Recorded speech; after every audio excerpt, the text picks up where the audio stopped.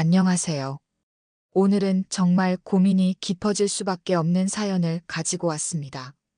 가족이라는 이유로, 사랑이라는 이유로 모든 걸 참아야만 할까요? 사연자님의 형부는 사업이 어렵다며 사채를 쓰고 도박까지 손댄 상태입니다. 그 빚이 점점 불어나자 형부는 사연자님에게 보증을 서달라고 끊임없이 부탁하고 있어요.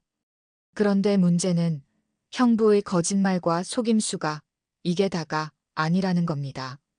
심지어 사연자님의 남편까지 속여 돈을 빌려가고 사연자님이 형부의 실체를 밝히려고 할 때마다 가족이라는 이유로 그 사실을 덮으려 하고 있습니다. 그런데 형부의 진짜 목적은 따로 있었습니다. 심지어 사연자님의 언니는 여전히 형부를 믿고 있고 사연자님이 아무리 사실을 말해줘도 전부 거짓말이라고만 하네요. 이 상황에서 과연 사연자님은 어떻게 해야 할까요? 형부를 고소해서 진실을 밝히는 게 맞을까요? 아니면 언니를 위해서 모든 걸 참아야 하는 걸까요? 오늘 사연 여러분과 함께 이야기해 보겠습니다. 구독과 좋아요 부탁드리고요. 그럼 사연 바로 들어가 보겠습니다. 안녕하세요, 구독자 여러분. 저는 평범한 40대 주부입니다. 남편과 아들 하나를 두고 그럭저럭 무난한 일상을 살아가고 있었어요. 특별히 큰 고민도 없었고 매일 반복되는 일상이 지루할 때도 있었지만 그저 그런 일상이 주는 안정감이 좋았습니다. 저에게는 결혼한 지 10년이 넘은 언니가 있습니다. 언니는 저보다 몇 살 위인데 결혼 생활이 쉽지 않다고 종종 털어놓곤 했어요. 형부의 사업이 자주 어려워지고 그때마다 언니는 살림을 줄이며 고생을 했습니다. 저는 그런 언니가 늘 안쓰러웠어요. 하지만 언니는 강한 사람이었고 조금만 버티면 괜찮아질 거야 라며 늘 긍정적인 모습을 보였어요. 그런데 얼마 전 언니가 저에게 전화를 걸어왔습니다. 목소리가 평소와 다르게 축 처져 있더라고요. 언니는 어렵게 말을 꺼냈습니다. 동생아, 내가 정말 미안한데 이번에 좀 도와줄 수 있을까? 사실 언니가 이렇게 직접적으로 도움을 청한 적은 처음이었어요. 평소엔 항상 괜찮다고만 했거든요. 언니의 말에 저도 마음이 약해져서 바로 적금을 깼습니다. 형부의 사업이 어려워져서 생활비도 빠듯하다고 하니 그 상황을 외면할 수 없었습니다. 언니에게 돈을 건네면서 형부한테 너무 무리하지 말라고 해. 언니도 좀 쉬어가면서 해. 라고 말했어요. 언니는 눈물을 글썽이며 고맙다고 했습니다. 그런데 문제는 그 후부터 시작됐어요. 언니의 연락이 점점 잦아졌습니다. 전에는 가끔 안부를 묻는 정도였는데 이제는 매일같이 전화를 해요. 돈을 빌려줬을 때는 미안해하던 언니였는데 시간이 지날수록 그 미안함이 사라진 듯한 느낌이 들었습니다. 언니의 말투에도 여유가 없어 보였고요. 동생아, 이번에 카드값이 좀 밀렸어. 조금만 더 도와줄 수 있을까? 아, 이번엔 형부가 병원비가 필요하대. 내가 나중에 꼭 갚을게. 한두 번이 아니다 보니 저도 점점 불안해졌습니다. 혹시 형부의 사업이 생각보다 더 안 좋은 게 아닐까? 아니면 언니가 무언가 숨기고 있는 걸까? 저는 결국 언니네 집을 몰래 찾아갔습니다. 혹시라도 언니가 저한테 미안해서 실상을 감추고 있는 건 아닌지 확인하고 싶었거든요. 다행히 언니는 집에 없었고 그때 마침 형부가 들어오는 걸 보게 됐어요. 저는 얼른 숨었는데 형부가 누군가와 통화하는 소리가 들리더라고요. 내가 곧 돈 마련할 테니까 조금만 기다려. 아니, 그놈들한테 말하지 말라고 했잖아. 형부의 목소리는 초조해 보였어요. 저는 순간 심장이 쿵 내려앉았습니다. 돈을 마련해야 한다는 말, 그리고 그놈들이라는 표현. 이게 단순히 사업 문제일까요? 뭔가 위험한 냄새가 났습니다. 집에 돌아온 후에도 형부의 말이 머릿속을 떠나지 않았어요. 저는 며칠을 고민하다가 형부에게 직접 물어보기로 했습니다.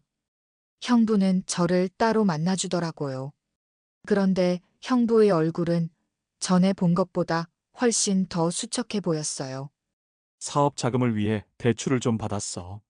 근데 그 돈을 갚아야 하는데 당장 마련할 방법이 없어서 혹시 너가 보증 좀 서줄 수 있을까? 저는 그 말을 듣는 순간 머릿속이 새하얘졌어요. 보증이라니요? 이미 언니에게 적금까지 깨서 도와줬는데 이제는 보증까지 서달라니요? 형부는 저를 설득하려 했어요. 이 일만 해결되면 언니도 더 이상 힘들지 않을 거야. 나는 정말 마지막 기회라고 생각하고 있어. 저는 그 말이 믿기지 않았어요. 만약 이 일이 마지막이 아니라면 혹시라도 언니와 우리 가정까지 위험에 빠질까 두려웠습니다. 저는 형부의 부탁을 거절했어요. 미안해요, 형부. 저도 여유가 없어요. 형부는 당황했지만 더 이상 강요하지는 않았어요. 그런데 그 후로 언니의 연락이 끊겼습니다. 늘 저에게 먼저 연락을 하던 언니였는데 갑자기 소식이 없으니 불안했어요. 몇 번 전화를 걸어도 받지 않았고 문자도 답이 없었어요. 결국 저는 언니에게 무슨 일이 생긴 건 아닌지, 혹시 형부와 무슨 문제가 있는 건 아닌지 두려워졌습니다. 이대로 두면 안 될 것 같아서 남편에게도 이 상황을 말해봤는데 남편은 저를 의심스러운 눈으로 바라보더군요. 당신이 너무 예민한 거 아니야? 형부가 사업 어렵다잖아. 우리도 도와줄 수 있으면 도와야지. 제가 이상한 걸까요? 제가 너무 예민한 걸까요? 언니와 형부의 상황을 믿어야 할지 아니면 저의 불안을 따라야 할지 정말 모르겠습니다. 여러분이라면 어떻게 하시겠어요? 형부가 보증을 서달라고 했을 때 저는 단호하게 거절했어요. 이미 언니에게 적금까지 깨서 도와준 상태에서 보증까지 서는 건 도저히 감당이 안 됐거든요. 형부는 실망한 듯 했지만 더 이상 강요하지는 않았어요. 그런데 이상하게 그 후부터 언니의 연락이 뚝 끊겼습니다. 원래는 하루라도 연락이 없으면 궁금해하던 언니였는데 문자도 읽지 않고 전화도 받지 않더라고요. 처음에는 그냥 바쁜가 보다 했어요. 하지만 시간이 지나도 소식이 없으니 점점 불안해졌습니다. 혹시 언니가 형부와 무슨 문제가 생긴 건 아닌지, 아니면 내 도움을 거절해서 서운해하는 건지 자꾸만 신경이 쓰였어요. 결국 참지 못하고 직접 언니네 집을 찾아가 봤습니다. 집 앞에 도착했을 때 이상한 느낌이 들었어요. 대낮인데도 불이 꺼져 있고 인기척이 없었거든요. 벨을 몇 번이나 눌렀지만 대답이 없었습니다. 혹시 집을 비운 건가 싶어 돌아서는데 그때 문이 스르륵 열리더군요. 언니였어요. 그런데 언니의 모습이 너무 초췌해 보였어요. 얼굴은 창백하고 눈가에는 다크서클이 진하게 내려앉아 있었습니다. 저는 깜짝 놀라서 언니, 어디 아파? 라고 물었어요. 언니는 고개를 저으며 아니야, 그냥 좀 피곤해서 그래. 라고 했지만 그 말이 믿기지 않았습니다. 집 안으로 들어가니 거실에는 여기저기 널브러진 서류들과 빈 술병들이 눈에 띄었어요. 형부는 보이지 않았고 언니는 초조한 듯 손을 잡고 꼼지락거렸습니다. 저는 조심스럽게 물었어요. 형부는 어디 갔어? 바빠서 요즘 집에 잘 못 들어와. 그 말이 도무지 믿기지 않았습니다. 사업이 어렵다더니 혹시 형부가 도망이라도 친 건 아닌지 불안해졌어요. 그래서 슬쩍 형부와 통화는 해봤냐고 물었는데 언니가 그 순간 동공이 흔들리더군요. 응, 했어. 근데 뭐 바쁘다니까. 언니의 말을 믿고 싶었지만 불안함은 더 커졌습니다. 형부가 보증을 서달라던 그날의 초조한 얼굴이 자꾸만 떠올랐어요. 그래서 조심스럽게 물었어요. 언니 혹시 형부가 무슨 일 있어? 그러자 언니가 갑자기 화를 내는 겁니다. 왜 자꾸 형부 의심해? 형부가 얼마나 고생하는데. 너 형부한테 뭐 들었어? 언니의 날 선 반응에 저도 당황했어요. 그동안 언니가 제게 화를 낸 적은 한 번도 없었거든요. 오히려 항상 저를 다독여주고 먼저 챙겨주던 언니였는데 그런 언니가 저를 경계하는 듯한 눈빛을 보이는 게 너무 낯설고 무서웠습니다. 언니는 결국 아무 말도 하지 않은 채 방문을 쾅 닫고 들어가 버렸어요. 저는 거실에 혼자 남아 어쩔 줄 몰라 했습니다. 그때 눈에 들어온 건 테이블 위에 놓인 한 장의 서류였어요. 대출 독촉장이라는 빨간 글씨가 선명한 봉투였습니다. 순간 머리가 하얘졌습니다.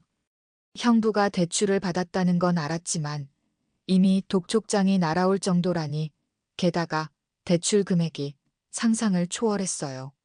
몇 천만 원도 아니고 억 단위였습니다. 언니가 몰래 방에서 나와 독촉장을 제 손에서 빼앗듯 가져갔습니다. 이리 줘. 쳐다보지 마. 이건 내 일이라니까. 하지만 저는 도저히 모른 척할 수가 없었어요. 언니 형부 사업이 정말 그렇게 힘들어? 이거 너무 심각하잖아. 언니는 입술을 깨물며 눈물을 참는 듯 보였습니다. 결국 언니는 저를 등지고 너한텐 상관없어라며 방으로 들어가 버렸어요. 집으로 돌아오는 길 머리가 복잡했습니다. 형부가 보증을 서달라고 했던 이유가 이제야 이해가 됐어요. 이 정도면 거의 파산 직전이었는데 도대체 왜 언니는 형부를 감싸기만 하는 걸까요? 저는 언니를 돕고 싶은데 자꾸만 밀어내는 언니의 태도에 저도 지쳐가고 있었습니다. 형부가 보증을 서달라고 했을 때 거절한 이후 언니와의 관계는 여전히 냉랭하고 연락도 끊긴 상태입니다. 언니가 제 전화를 받지 않으니 무슨 일이 생긴 건 아닌지 불안해서 미칠 지경이에요. 그런데 얼마 전 형부가 저를 따로 만나고 싶다고 연락이 왔습니다. 솔직히 겁이 났습니다.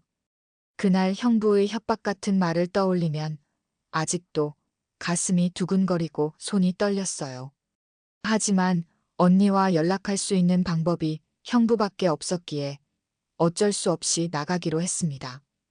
약속 장소는 형부가 운영하던 카페였습니다. 평소엔 손님으로 붐비던 곳이었는데 이상하게 그날은 텅 비어 있더군요. 어쩐지 불길한 예감이 들었습니다. 형부는 저를 보자마자 웃으며 반겼지만 그 웃음이 왠지 더 섬뜩하게 느껴졌어요. 가벼운 인사도 없이 형부는 곧바로 본론을 꺼냈습니다. 지난번에 내가 부탁했던 건 생각해봤어? 저는 고개를 저었습니다. 미안해요, 형부. 그건 좀 힘들 것 같아요. 그러자 형부의 눈빛이 싸늘해지더군요. 그 순간 저는 그게 형부가 준비해둔 수많은 말들 중 첫 번째였다는 걸 깨달았습니다. 형부는 짜증 섞인 목소리로 말했습니다. 너 그러면 곤란해져. 나만 힘든 게 아니야. 너희 언니 요즘 우울증 약 먹는 거 몰라? 순간 머리가 하얘졌습니다. 우울증이요? 언니가요? 저는 믿기지 않아 말문이 막혔습니다. 그런 제 표정을 보며 형부는 비웃듯 말을 이었습니다. 너 때문에 그런 거야. 너만 날 도와줬어도 언니가 이렇게까지 힘들진 않았을 거라고. 형부의 말에 가슴이 철렁 내려앉았습니다. 그동안 제가 했던 모든 행동들이 잘못된 걸까요? 제 고집 때문에 언니가 이렇게 된 건가요? 형부는 계속 말을 이어갔습니다. 보증만 서주면 돼. 그럼 나도 언니도 이 고생 끝이야. 아니면 언니가 더 힘들어질 거야. 마치 협박 같았습니다.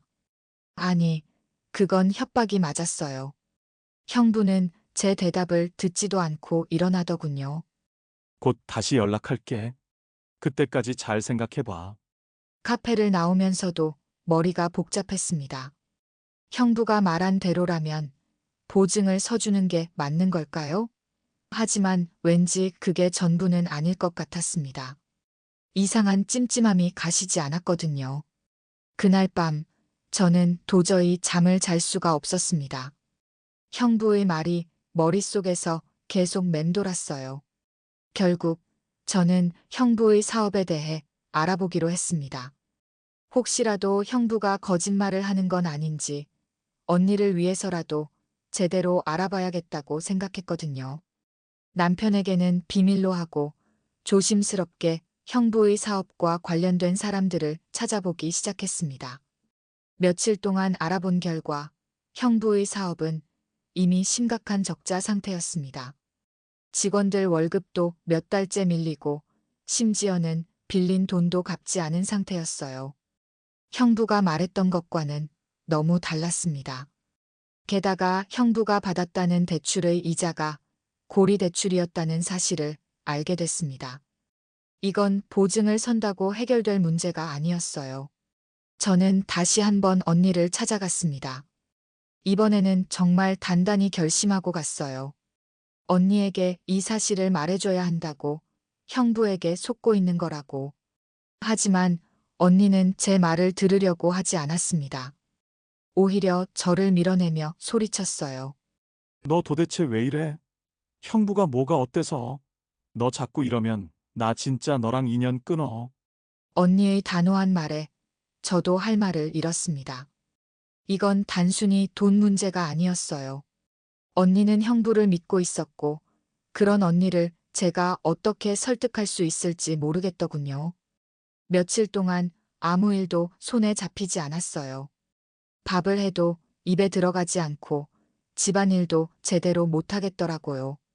남편은 그런 제 모습을 보고 왜 이렇게 예민해졌냐며 이해하지 못했습니다. 저는 남편에게도 형부의 사업 상태를 말해줘야 하나 고민했어요. 하지만 남편은 형부를 꽤 신뢰하고 있었고 괜히 이야기했다가 더 큰 싸움이 될 것 같아 입을 다물었습니다. 그러던 중 형부가 또다시 연락을 해왔습니다.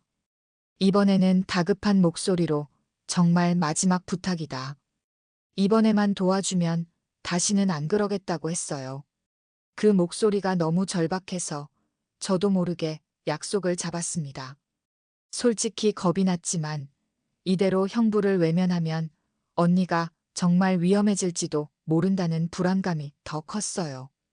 약속 장소는 형부가 자주 가던 술집이었습니다. 형부는 이미 취한 상태였고 저를 보자마자 울먹이는 목소리로 말했어요. 나도 정말 죽고 싶어. 근데 언니를 생각하면 그럴 수가 없어서. 그 말에 저는 어쩔 수 없이 형부의 말을 들어야 할 것만 같았습니다. 형부는 눈물을 글썽이며 계속 변명만 늘어놓았어요. 사업만 잘 되면 다 갚을 수 있어. 근데 너까지 날 외면하면 나 정말 끝이야. 그렇게 몇 시간 동안 형부의 하소연을 듣고 있자니 저도 점점 흔들렸습니다. 정말 형부가 말하는 대로 보증만 서주면 모든 게 해결될 수 있을까요? 그럼 언니도 더 이상 힘들지 않을까요? 저는 답답한 마음에 한숨을 쉬며 형부에게 마지막으로 물었습니다. 형부, 정말 이게 마지막이에요? 형부는 고개를 끄덕이며 다짐하듯 말했어요. 정말이야. 이번만 넘기면 돼. 그 말을 믿고 싶었어요. 언니가 다시 예전처럼 환하게 웃을 수만 있다면 그거 하나만 바라면서 저는 겨우 고개를 끄덕였습니다. 그런데 집에 돌아와 가만히 생각해 보니 뭔가 이상하다는 느낌이 들었습니다. 형부의 눈빛이 자꾸만 떠오르더군요. 마치 준비해둔 대사를 읊는 것처럼 너무 자연스러웠다는 생각이 들었습니다. 불길한 예감에 저는 그날 밤 언니에게 전화를 걸었어요. 하지만 언니는 받지 않았습니다. 몇 번이나 다시 걸어도 마찬가지였습니다. 결국 다음 날 저는 언니네 집을 찾아갔습니다. 초인종을 누르자 형부가 나왔어요. 놀랍게도 형부의 모습은 전날과는 전혀 다르게 멀쩡했습니다. 심지어 미소까지 지으며 저를 맞이하더군요. 무슨 일이야? 어제 일은 잘 생각해 봤어? 저는 너무 당황해서 말을 잇지 못했습니다. 전날 그렇게 울먹이던 사람이 맞나 싶을 정도로 형부는 여유로웠어요. 그 모습에 소름이 돋았습니다. 더 황당한 건 그 다음이었습니다. 언니를 만나러 방에 들어갔는데 언니는 멀쩡한 얼굴로 앉아 있었습니다. 우울증 약을 먹고 있다는 사람이라고는 믿기지 않을 정도로요. 저는 어리둥절해서 물었어요. 언니 우울증 약 먹고 있다며? 그러자 언니가 어이없다는 듯 웃으며 대답했습니다. 무슨 소리야? 난 그런 거 안 먹는데. 순간 온몸이 굳었습니다. 형부가 저를 속였다는 걸 깨닫는 데는 오래 걸리지 않았어요. 저는 손이 부들부들 떨렸습니다.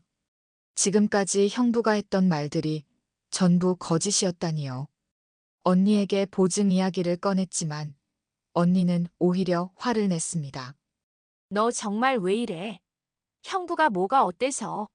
너 자꾸 이러면 나 진짜 너랑 인연 끊어. 언니는 화가 난 듯 방문을 닫아버렸고 저는 거실에 덩그러니 남겨졌습니다. 집으로 돌아오는 길 형부가 제게 한 말들이 자꾸만 떠올랐습니다. 너만 날 도와줬어도 언니가 이렇게까지 힘들진 않았을 거라고. 그 말이 머릿속에서 떠나질 않았어요. 저는 정말 잘못한 걸까요? 아니면 형부가 전부 꾸며낸 이야기였던 걸까요? 어쩌면 제가 잘못 본 걸지도 모른다고 몇 번이고 스스로를 타일러 봤지만 그럴 때마다 형부의 눈빛이 자꾸만 떠올랐습니다. 형부는 거짓말을 할 때도 망설임이 없었어요. 너무도 자연스럽게 마치 연습이라도 한 사람처럼. 그게 가장 무서웠습니다. 결국 저는 형부의 사업에 대해 더 알아보기로 했습니다.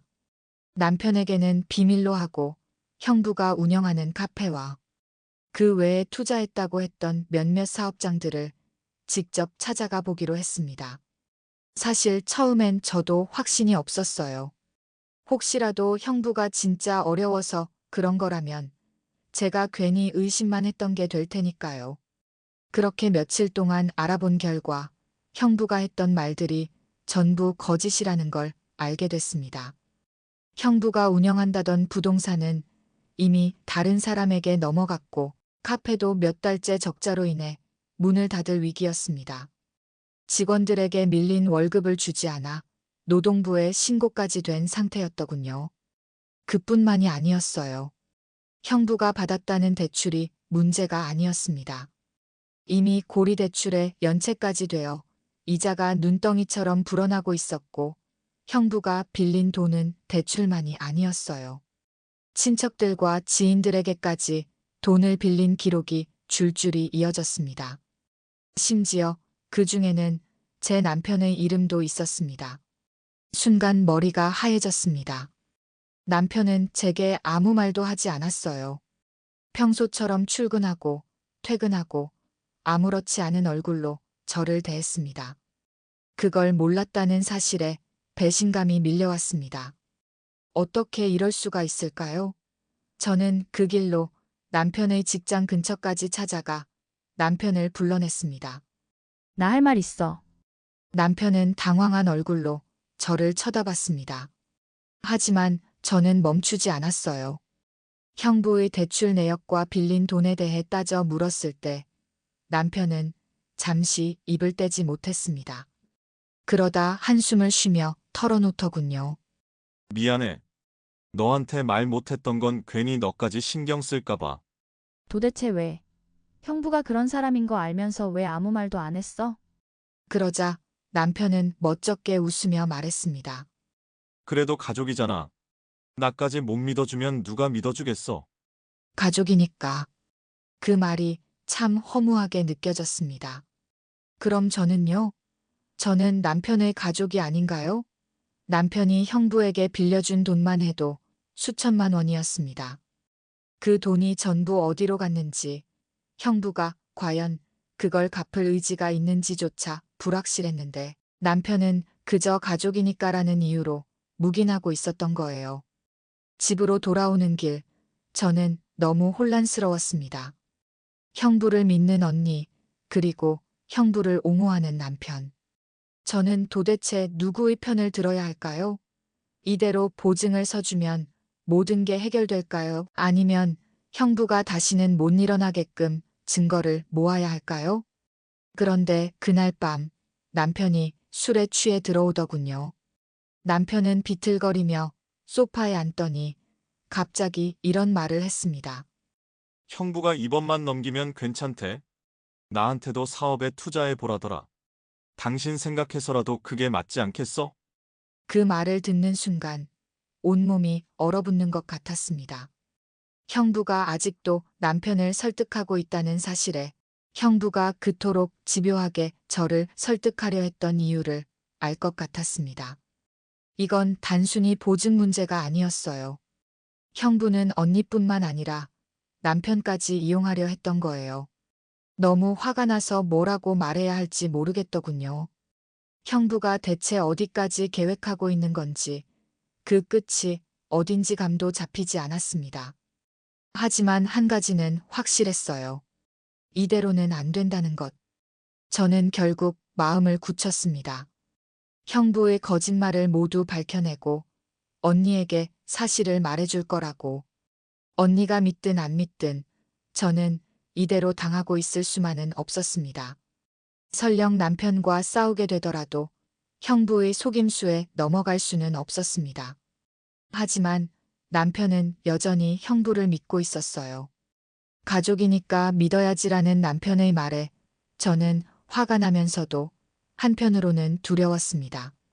만약 형부의 실체를 밝혀내면 남편과의 사이도 돌이킬 수 없게 될지도 모른다는 생각이 들었거든요. 그럼에도 저는 형부가 이대로 우리 가족을 이용하게 둘 수는 없었습니다. 그래서 저는 혼자서 형부의 뒤를 캐기로 했습니다. 언니는 물론 남편에게도 알리지 않고 형부가 빌린 돈과 사업장들을 하나하나 확인해 나갔습니다. 그러던 중 형부가 고리 대출뿐만 아니라 사채까지 손댔다는 사실을 알게 됐어요. 그 금액이 어마어마했습니다. 그리고 그 돈 중 일부가 도박 자금으로 흘러갔다는 것도요. 순간 어지러워서 주저앉을 뻔했습니다. 도박이라니요? 형부가 그런 짓을 하고 있었다는 게 믿기지 않았습니다.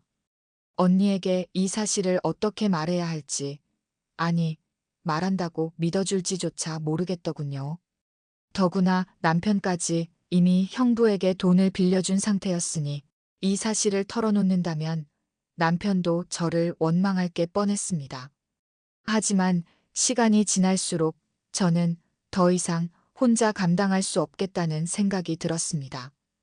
도박까지 손댔다는 사실을 알게 된 이상 형부가 돈을 갚을 가능성은 거의 없었어요.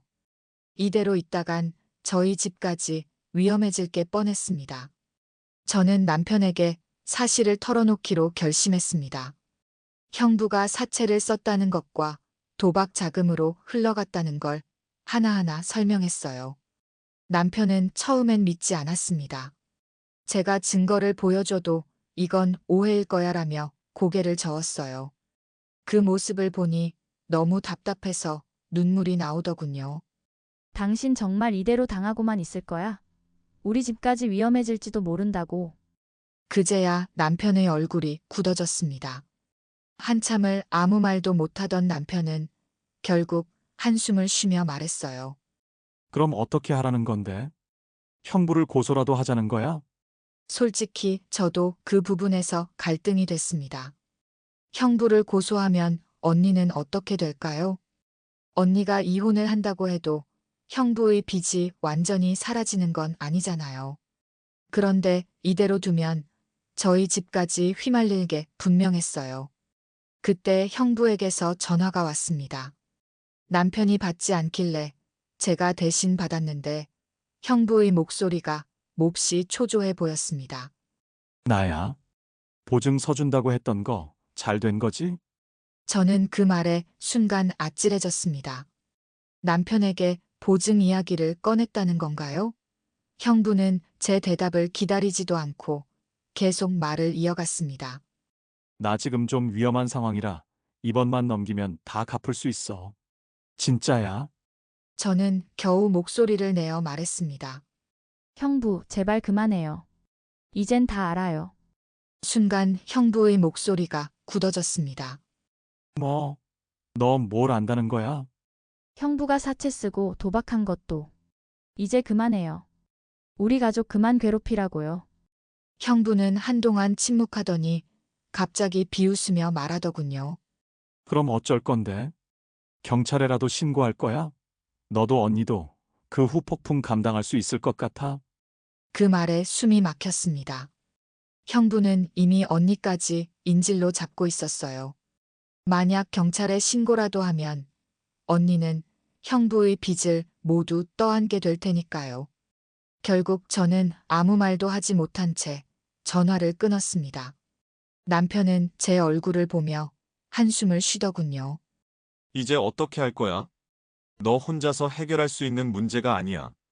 그럼 어떻게 하라는 거야? 이대로 형부가 하라는 대로 보증 서주자는 거야?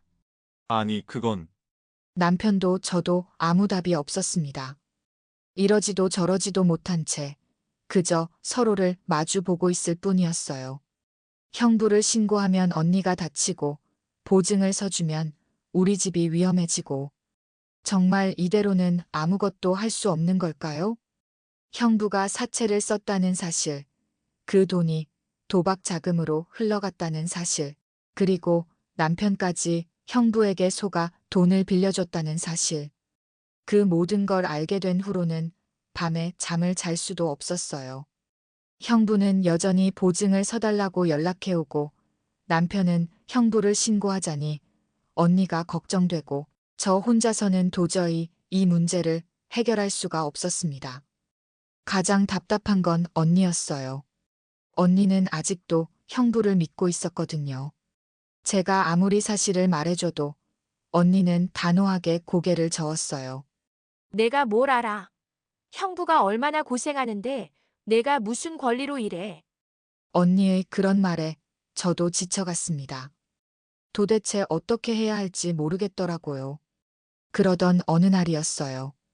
형부가 또다시 전화를 해왔습니다. 이번에는 목소리가 예전과 달랐어요. 정말 다급하고 절박한 목소리로 이번 주까지 돈을 마련하지 않으면 언니까지 위험해질 거다라고 말했어요. 순간 심장이 쿵 내려앉았습니다. 언니가 위험해진다는 말에 저도 모르게 도대체 무슨 소리야? 라고 소리쳤어요. 형부는 차가운 목소리로 대답했습니다. 그놈들이 이미 언니한테까지 찾아왔다고. 이번만 도와주면 정말 끝이야. 순간 머리가 하얘졌습니다. 그놈들이 찾아왔다니요? 언니가 위험하다는 말에 저는 급히 언니에게 전화를 걸었어요. 다행히 이번에는 전화를 받았지만 언니의 목소리는 평소와 다르게 떨리고 있었어요. 언니, 무슨 일이야? 형부가 무슨 이상한 소리 하던데. 언니는 한참을 망설이더니 겨우 입을 열었습니다. 사채업자들이 집에 찾아왔어. 형부가 조금만 기다리라 그랬는데 그 사람들이 막 언니의 목소리가 떨리는 걸 들으니 손이 부들부들 떨렸습니다. 정말로 형부가 언니까지 위험에 빠뜨렸다는 생각에 가슴이 철렁 내려앉았어요. 그때 마침 남편이 퇴근해 집으로 들어왔습니다. 저는 남편에게 이 사실을 털어놓았어요. 남편은 한숨을 쉬며 고개를 저었어요. 이제 경찰에 신고하는 수밖에 없겠네. 그럼 언니는? 형부가 지은 빚 언니가 다 떠안게 될 텐데. 그러니까 보증을 서줄 것도 아니면서 이대로 두면 더 위험해진다고. 남편의 말에 저도 화가 났습니다. 보증을 서주면 우리 집까지 휘말리고 신고를 하면 언니가 다치고 도대체 어떻게 하라는 걸까요? 남편과 한참을 다투다 결국 방에 들어와 문을 잠갔습니다. 너무 답답하고 속이 터질 것만 같았습니다. 그날 밤 저는 형부가 사채를 썼다는 사람들을 직접 찾아가 보기로 결심했습니다. 언니를 위해서라도 이대로 있을 수는 없었으니까요. 다음 날 아침 남편에게는 시장에 다녀온다는 거짓말을 하고 형부가 돈을 빌린 사채업자를 찾아갔습니다. 솔직히 무서웠어요. 저 혼자서 그런 사람들을 만난다는 게. 하지만 이대로 있다간 언니가 정말 위험해질지도 모른다는 생각에 두려움을 참고 문을 두드렸습니다. 사채업자는 생각보다 젊고 깔끔한 사람이었습니다. 그는 제 얘기를 듣더니 피식 웃으며 말했어요. 형부가 또 그랬어요. 걱정하지 마세요. 우리도 괜히 다치기 싫으니까 그냥 돈만 받으면 돼요. 돈만 받으면 된다니요? 형부가 갚을 수 있을 리가 없잖아요. 그러자 사채업자는 담담하게 말했습니다. 그러니까 미미 보증 서주면 되잖아요. 아니면 집이라도 담보로 잡히든가. 그 말을 듣는 순간 머리가 핑 돌았습니다. 형부가 노린 건 처음부터 그거였어요. 제 집까지 담보로 잡아서라도 돈을 마련하려 했던 거예요. 그제야 모든 게 이해가 됐습니다. 왜 형부가 그렇게 집요하게 보증을 서달라고 했는지, 왜 언니를 빌미로 저를 협박했는지. 저는 간신히 정신을 붙잡고 사채업자에게 말했습니다. 저 생각해 볼게요. 조금만 시간을 주세요. 그러자 사채업자는 시계도 보지 않고 답하더군요. 시간은 얼마든지 드리죠. 대신 다음 주까지는 결단하세요. 그때까지 아무것도 안 하면 저쪽도 곤란해질 테니까. 집으로 돌아오는 길, 다리가 후들거려서 몇 번이나 길가에 주저앉을 뻔했습니다. 이제 정말 물러날 곳이 없다는 생각에 머리가 하얘졌습니다. 만약 보증을 서주면 우리 집이 날아가고, 그렇다고 신고를 하면 언니가 다치고, 이러지도 저러지도 못한 채 저는 집 앞에서 한참을 서 있었습니다. 남편은 제 얼굴을 보더니 한숨을 쉬며 말했습니다. 그러니까 진작 경찰에 신고하자고 했잖아. 그럼 언니는? 우리 가족은? 너도 참 답답하다. 가족이 뭔데? 형부가 이 지경인데 그걸 가족이라고 계속 감싸줄 거야? 남편의 말에 할 말이 없었습니다. 어쩌면 형부의 말처럼 보증을 서주고 이 일을 끝내는 게 나을지도 모른다고 생각해 봤어요. 하지만 이젠 그 말조차 믿기지가 않아요. 형부가 처음부터 거짓말로 저를 속였다는 걸 생각하면 보증을 서준다고 해서 정말 모든 게 끝날 거라는 보장이 없잖아요. 게다가 남편도 그건 절대 안 된다고 펄쩍 뛰고 있고요. 그러다 결국 저는 혼자서 모든 걸 해결해 보기로 했습니다. 형부가 도박 자금을 쓴 기록들을 모아서 변호사를 찾아가 상담을 받았어요. 변호사 말로는 이대로 있다간 정말 저희 집까지 휘말릴 거라고 했습니다. 형부가 대출받은 돈 중 일부가 남편의 명의로도 빌린 돈이 있었거든요. 이대로면 남편까지 신용불량자가 될 수 있다는 말에 저는 그 자리에서 눈물이 터져버렸어요. 변호사는 단호하게 말했습니다. 형부분을 고소하세요. 사기죄로 충분히 고소할 수 있습니다. 그럼 언니는요? 언니가 빚을 떠안게 되면 어떻게 해요? 그건 어쩔 수 없습니다. 하지만 이대로 있다간 빚이 더 늘어나서 오히려 더 위험해져요. 변호사의 말은 맞는 것 같았지만 저는 도저히 결심이 서지 않았습니다. 형부를 고소하면 언니는 어쩌죠?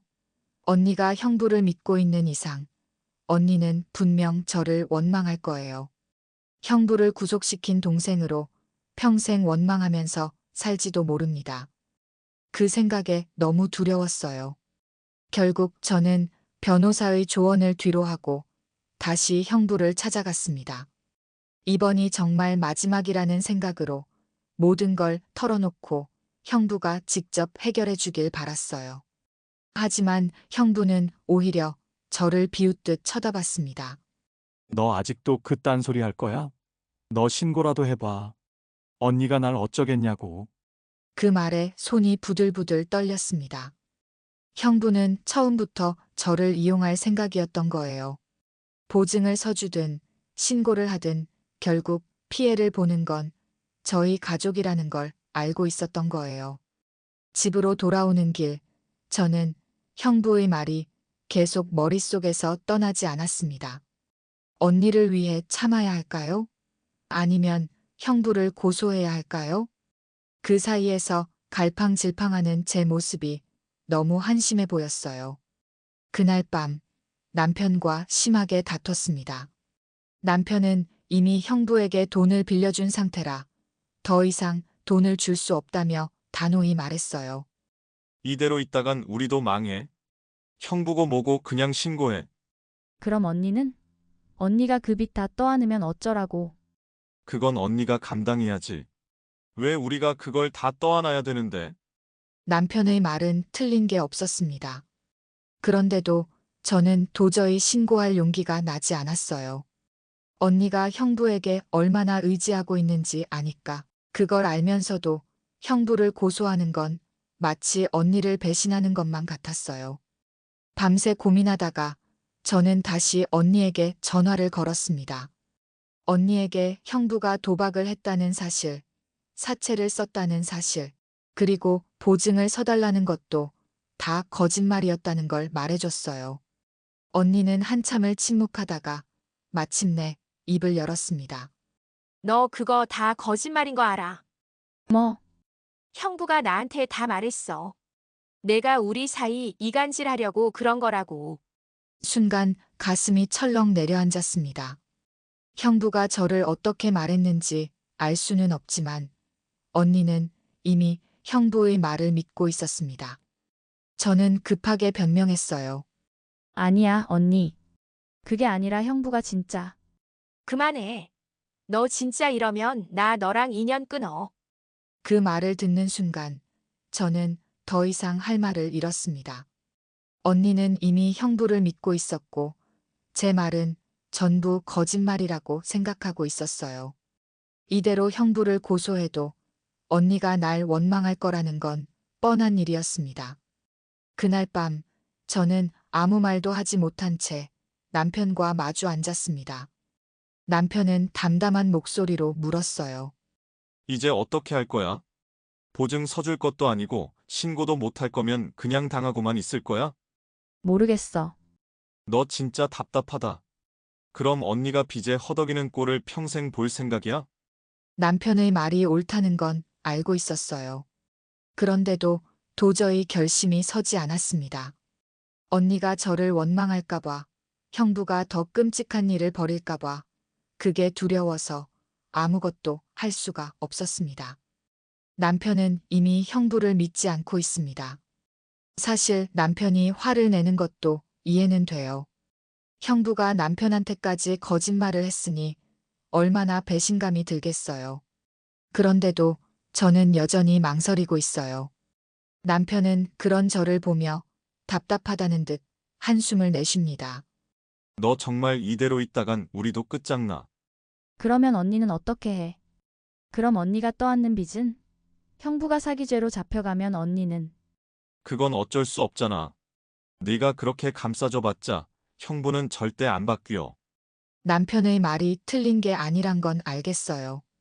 그런데도 언니가 저를 원망할까봐, 형부가 고소당하면 언니가 다칠까봐. 그게 두려워서 아무것도 못하고 있습니다. 언니는 여전히 형부를 믿고 있고 제 말을 전부 거짓말이라고 생각하고 있어요. 제가 형부를 고소라도 하면 아마 언니는 평생 저를 원망하겠죠. 그러다 며칠 전 언니가 저를 찾아왔습니다. 전화도 받지 않던 언니가 갑자기 찾아온 걸 보고 저는 깜짝 놀랐어요. 언니의 얼굴은 한층 수척해져 있었고 눈가에는 다크서클이 짙게 내려앉아 있었습니다. 무슨 일이야, 언니? 언니는 아무 말도 하지 않은 채 한참을 망설이더니 마침내 입을 열었습니다. 보증 서줄 수 있어. 그 말을 듣는 순간 머릿속이 새하얘졌습니다. 보증이라니요? 형부도 아니고 언니가 직접 찾아와서 보증을 서달라고 부탁하는데 저는 뭐라고 대답해야 할지 몰랐습니다. 언니 그건 좀. 나도 알아. 근데 이번에 안 하면 정말 끝이야. 형부도 나도 진짜 죽을지도 몰라. 언니의 그 말에 저는 가슴이 철렁 내려앉았습니다. 형부가 사채업자들에게 쫓기고 있다는 말은 들었지만 정말로 죽을지도 모른다는 말에 손이 부들부들 떨렸어요. 하지만 그럴수록 더 냉정해져야 한다고 스스로를 타일렀습니다. 저는 간신히 침을 삼키며 말했어요. 언니, 형부가 도박한 거 알아? 순간 언니의 얼굴이 굳었습니다. 저는 계속해서 말했어요. 형부가 빚을 진 건 사업이 아니라 도박 때문이야. 사채 쓴 것도 그 때문이고. 언니도 그거 알고 있는 거야? 언니는 아무 대답도 하지 않았습니다. 하지만 그 눈빛을 보니 언니도 알고 있다는 게 확실해졌어요. 도대체 왜 아무 말도 안 한 걸까요? 저는 답답한 마음에 언니에게 따졌습니다. 왜 말을 안 했어? 형부가 그런 짓 한 거 알면서 왜 나한테 숨긴 거냐고. 그러자 언니는 갑자기 눈물을 흘리며 소리쳤습니다. 그러면 뭐가 달라져? 형부가 잘못한 거 알지만 난 형부 없으면 안 돼. 형부 없으면 나 진짜 못 살아. 그 말에 저는 아무 말도 하지 못했습니다. 언니가 그렇게 절박한 얼굴로 매달리는데 도저히 단호하게 거절할 수가 없었어요. 저는 그 자리에서 한참을 망설였습니다. 보증을 서주면 우리 집까지 위험해지고 그렇다고 형부를 고소하면 언니가 다치고 도대체 어떻게 해야 할까요? 결국 저는 아무 대답도 하지 못한 채 언니를 돌려보냈습니다. 언니가 돌아서는 모습을 보니 가슴이 찢어질 것 같았어요. 남편은 그런 제 모습을 보며 한숨을 쉬더군요. 이제 어쩔 건데. 보증을 서줄 것도 아니면서 왜 자꾸 질질 끌어? 나도 모르겠어. 정말 답답하다. 내가 그렇게 질질 끌다가 우리 집까지 날아가게 생겼어. 남편의 말이 맞다는 건 알고 있었어요. 그런데도 결심이 서지 않았습니다. 형부를 고소해도 보증을 서줘도 결국 언니가 다치는 건 매한가지니까요. 정말 이대로 있다간 우리 가족도 위험해질 텐데 저는 도저히 무슨 결정을 내려야 할지 모르겠어요. 밤새 고민하다가 저는 결국 다시 변호사를 찾아갔습니다. 변호사는 여전히 단호하게 말했습니다. 고소하세요. 지금 안 하면 나중엔 정말 늦습니다. 그럼 언니는요? 언니는 어떻게 해요? 이미 빚이 이 정도면 형부를 고소해도 보증을 서줘도 언니는 피해를 입습니다. 다만 고소를 해야 조금이라도 손해를 줄일 수 있어요. 변호사의 말에 저는 그제야 깨달았습니다. 보증을 서줘도 형부를 고소해도 언니는 이미 형부의 빚을 떠안은 상태라는 걸요. 그럼 도대체 어떻게 해야 하는 걸까요? 정말 형부를 고소하는 게 맞는 걸까요? 여러분이라면 어떻게 하시겠어요?